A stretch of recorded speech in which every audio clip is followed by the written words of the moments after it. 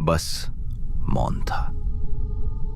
एक अनंत रात्रि जहां अब तक तारे भी जन्मे नहीं थे। ये शून्य कल्पना से परे था, समयहीन और श्वासहीन। परंतु उस निस्तब्धता के भीतर कुछ हलचल हुई। एक छिपी हुई शक्ति प्रतीक्षा कर रही थी जागृत होने की। फिर उस शून्य से एक विशाल सागर प्रकट हुआ, अनंत, गहरा और निःशब्द। उस अथाह जल के बीच प्रकट हुए भगवान विष्णु, शेषनाग की अनगिनत फनों पर विश्राम करते हुए। उनकी शांति और दिव्यता पूरे ब्रह्मांड में गूंज रही थी। विष्णु की नाभि से उभरा एक कमल, उस कमल पर प्रकट हुए ब्रह्मा, सृष्टि के रचयिता। 4 मुखों वाले ब्रह्मा ने चारों दिशाओं में दृष्टि डाली और उसी क्षण आरंभ हुई सृष्टि की रचना। समय का प्रवाह शुरू हुआ। समय की अनंत धारा बहनी शुरू हुई। ब्रह्मांड संतुलन खोजने लगा। भगवान विष्णु क्षीर सागर पर शांत भाव से विराजमान। उनकी उपस्थिति से व्यवस्था प्रकट हुई। कमल पर विराजमान ब्रह्मा सृष्टि का आह्वान सुनने लगे, जगत को आकार देने का, जीवन रचने का, नियति को मार्गदर्शन देने का। परंतु अब भी शून्य की निस्तब्धता में छायाएं मंडरा रही थीं। संतुलन के लिए एक और शक्ति की आवश्यकता थी, प्रचंड, अजेय, रक्षक। और इस प्रकार मंच प्रतीक्षा करने लगा शिव का। सृष्टि की नींव रखी जा चुकी थी। विष्णु अपने अनंत शेषनाग पर स्थिर संतुलन को बनाए हुए थे। ब्रह्मा कमल पर बैठे जीवन की रचना में तल्लीन। परंतु शून्य अब भी अधूरा था। और तभी सागर की निस्तब्धता में कंपन होने लगा। लहरें तीव्र हुईं, आकाश विभाजित हुआ। अग्नि, शक्ति और संहार के प्रतीक भगवान शिव प्रकट होने वाले थे।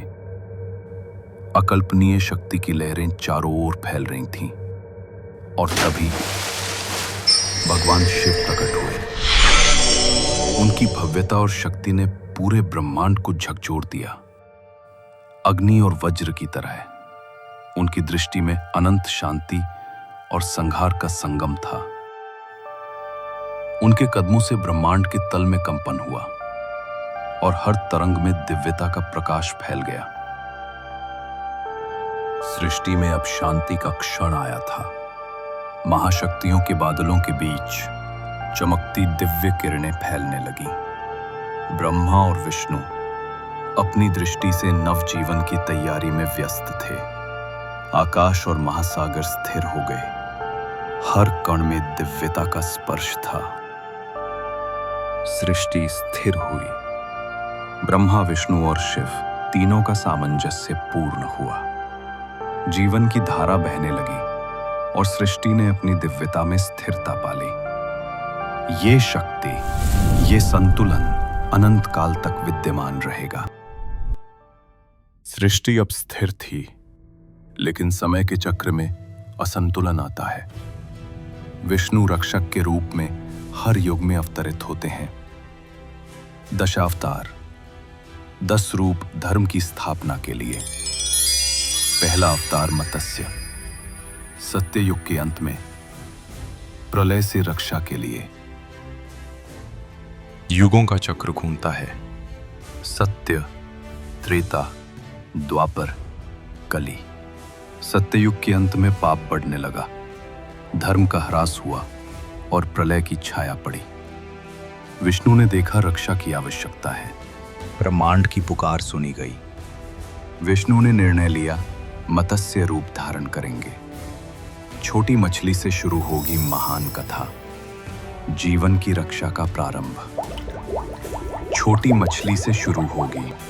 सत्य युग में राजा मनु, मानवता के आदि पिता, धर्मनिष्ठ, दयालु, नदी किनारे प्रार्थना करते, हर सुबह जल से अर्घ्य देते, भक्ति में लीन।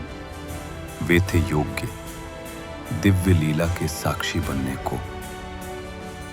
एक दिन जल से निकली छोटी मछली मनु की हथेली में, चमकदार दिव्य प्रकाश से युक्त। मछली बोली, मुझे बचाओ राजन, मैं तुम्हारी रक्षा करूंगी। भक्ति का पहला चमत्कार। मनु ने दया दिखाई, मछली को घड़े में रखा, अनजान कि ये विष्णु है। भक्ति ने द्वार खोला महान रहस्य की ओर। छोटी घटना, बड़ी आपदा की चेतावनी। मछली बढ़ने लगी, घड़े से बड़ा हो गई। मनु ने तालाब में डाला, फिर नदी में। हर बार आकार दुगुना, रहस्य गहराता गया। दिव्य शक्ति का प्रकटीकरण। मनु आश्चर्यचकित, ये कैसे संभव? मछली में ब्रह्मांड की झलक, विकास का प्रतीक, छोटे से विराट तक। परीक्षा की शुरुआत। अंत में सागर में मछली विशाल हो गई।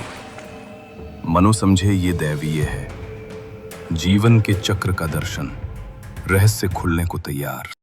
समुद्र के हृदय में वो मछली, अब दिव्यता से दीप्त, स्वर्णिम शल्क, नीलम से आंखें और माथे पर वज्र सा एक सींग। जल थम सा गया, तभी ध्वनि नहीं, प्रकाश बोल उठा, मैं विष्णु हूं, जीवन का रक्षक।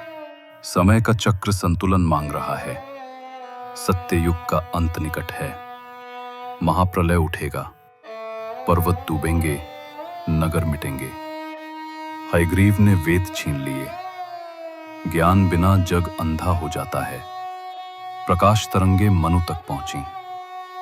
एक विशाल नाव बनाओ, उसमें बीज, पशु, पक्षी, कीट, हर रूप में जीवन, और सप्त ऋषियों को बैठाओ। जब जल सबोर छा जाए, मुझे पुकारना। वासुकी को रस्सी बनाकर मेरी सींग से बांधना। मैं तुम्हें तूफान के पार ले जाऊंगा। मनु ने समय बर्बाद नहीं किया। वनों से साल देवदार की मजबूत लकड़ियां आईं। शिल्पियों ने वैदिक नाप से नाव करी। धनुष जैसी पीठ, ऊंचा अग्रभाग, लहरें काटने को। सप्त ऋषि बुलाए गए।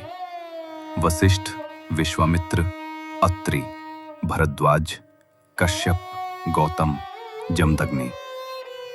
ज्ञान के 7 स्तंभ, बीज, जड़ी बूटियां, पशु पक्षी जोड़े जोड़े चढ़ाए गए। हर जीवन का एक प्रतिनिधि। यज्ञ धूम, शंखनाद और अनुशासन, तैयारियां चलती रहीं। दूर कहीं हयग्रीव अंधकार इकट्ठा कर रहा था, पर वेदों का प्रकाश लौटना तय था। नाव आश्रम बनेगी और मत्स्य की सींग से बंधकर ये मानवता को नए युग में पहुंचाएगी। आकाश फटा, काले बादल मंथन करने लगे। बिजली ने समुद्र को चीर दिया, हवा ने पर्वतों को झुका दिया। समुद्र उफना, नदी नाले एक शरीर बन गए। मंदिरों की सीढ़ियां जल में खुली, घाटों के दीपक डगमगाए। जल की एक एक बूंद मानो प्रलय का दूत, पुराने को मिटाने और नए को जन्म देने आई। ये दंड भी है और शुद्धि भी। अहंकार के लिए कठोर, जीवन के लिए करुणामय। कुछ ही क्षणों में धरती एक अथाह सागर बन गई। आने वाली लीला के लिए मंच तैयार। अंधकार के हृदय से हयग्रीव उठा। घोड़े का मुख, अग्नि सी आंखें, छाया का कवच। उसने वेदों को छीनकर जग को अज्ञान में बांध दिया। तभी समुद्र चीरते हुए मत्स्य प्रकट हुआ। सोने तांबे के शल्क, नीली ज्योति और माथे पर दिव्य सींग। जल नीचे युद्ध शुरू, प्रकाश बनाम छाया। मत्स्य ने तरंगों को ढाल बनाया, सींग ने अंधकार का जाल चीर दिया। वेद स्वर्णिम आभा में पुनः प्रकट हुए, ज्ञान का सूर्य फिर उगा, अज्ञान पीछे हटा। धरती जल में डूब चुकी है, आकाश और लहरें ही दिखती हैं। मनु की नाव लहरों पर उछलती है, डर और विश्वास आमने सामने।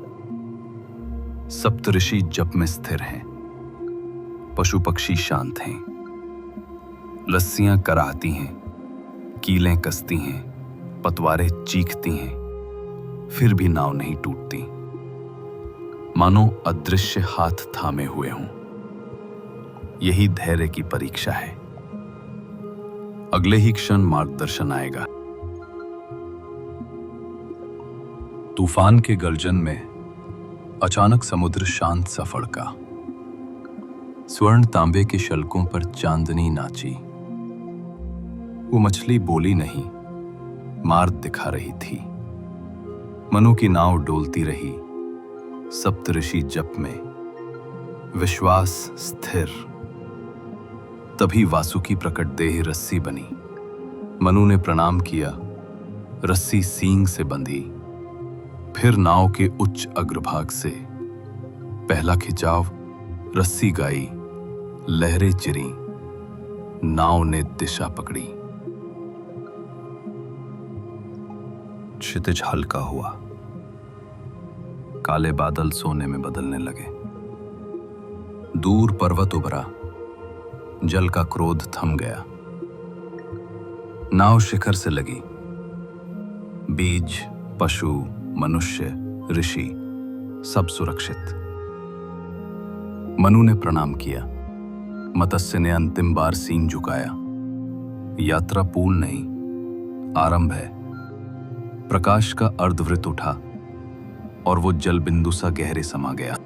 सूरज फूटा, काले बादल सोने में घुल गए। नाव पर्वत पर ठहर चुकी थी। मनु ने भूमि को प्रणाम किया। बीज बोए गए, जल ने नई नदियों का रूप लिया। पशु पक्षी खुले आकाश में लौटे। सप्तऋषियों ने अग्नि जलाई। ज्ञान की लौ फिर जगी। मत्स्य की कृपा से वेद सुरक्षित रहे। यही नए युग की नींव बने। ये कथा केवल अतीत नहीं, हर प्रलय के बाद पुनर्जन्म होता है। हर अंत एक नई शुरुआत है। ये कथा पत्थरों पर भी दर्ज है। मछली दिशा दिखाती है और नाव पर्वत की ओर चढ़ती है। मिट्टी की पट्टिकाएं बताती हैं कि जल हर सभ्यता को एक सी भाषा सिखाता है, बचना, बचाना और फिर से बनाना। तारपत्रों पर बस एक चिन्ह, मीन और तरंग, ताकि राह ना भूले। दूर दूर की स्मृतियों में पहाड़ पर नाव एक साथ झलकता है। टूटे माठ के टुकड़े पर घूमती मछली वर्तुल समय का संकेत देती है। प्रलय के बाद पुनर्जन्म। आज भी जब बाढ़ आती है, हम ऊंचा बसते हैं, हाथ जोड़ते हैं और हाथ बढ़ाते हैं। आशा फिर घर खड़ा करती है। दुनिया से तरंग, तरंग से मीन, रूप बदलते हैं पर संदेश एक रहता है। हर परंपरा अपनी धार लेकर चलती है और अंत में सब नदियां एक सागर में मिल जाती हैं। यही ज्ञान पीढ़ियों पर मोहर की तरह चलता आया है। जीवन की रक्षा, ज्ञान की रक्षा। और जब क्षितिज पर शांति का प्रकाश वृत्त उभरता है, समझ लो मत्स्य की शरण में यात्रा अभी जारी है। प्रलय थमा तो पहाड़ पर जीवन फिर खिला, पर यह अंत नहीं था। रक्षक की लीला चलती रहती है। मत्स्य से आरंभ, फिर कुर्मा, वाराह और आगे। समय का चक्र घूमता है। जब धर्म डगमगाता है, वही अनंत शक्तिमय रूप में मार्ग दिखाती है। वेद सुरक्षित हैं, समाज फिर उठ खड़ा है और क्षितिज पर स्मरण बना रहता है। यदि संकट लौटे तो रक्षक फिर आएगा। हर युग में एक ही संदेश, जीवन की रक्षा, ज्ञान की रक्षा और हर अंत एक नई शुरुआत। आपके समय के लिए धन्यवाद। ज्ञान और भक्ति से भरे ऐसे कंटेंट के लिए सनातन को अभी सब्सक्राइब करें, वीडियो लाइक व शेयर करें और बेल आइकन जरूर दबाएं। आपका साथ ही हमारी सबसे बड़ी प्रेरणा है।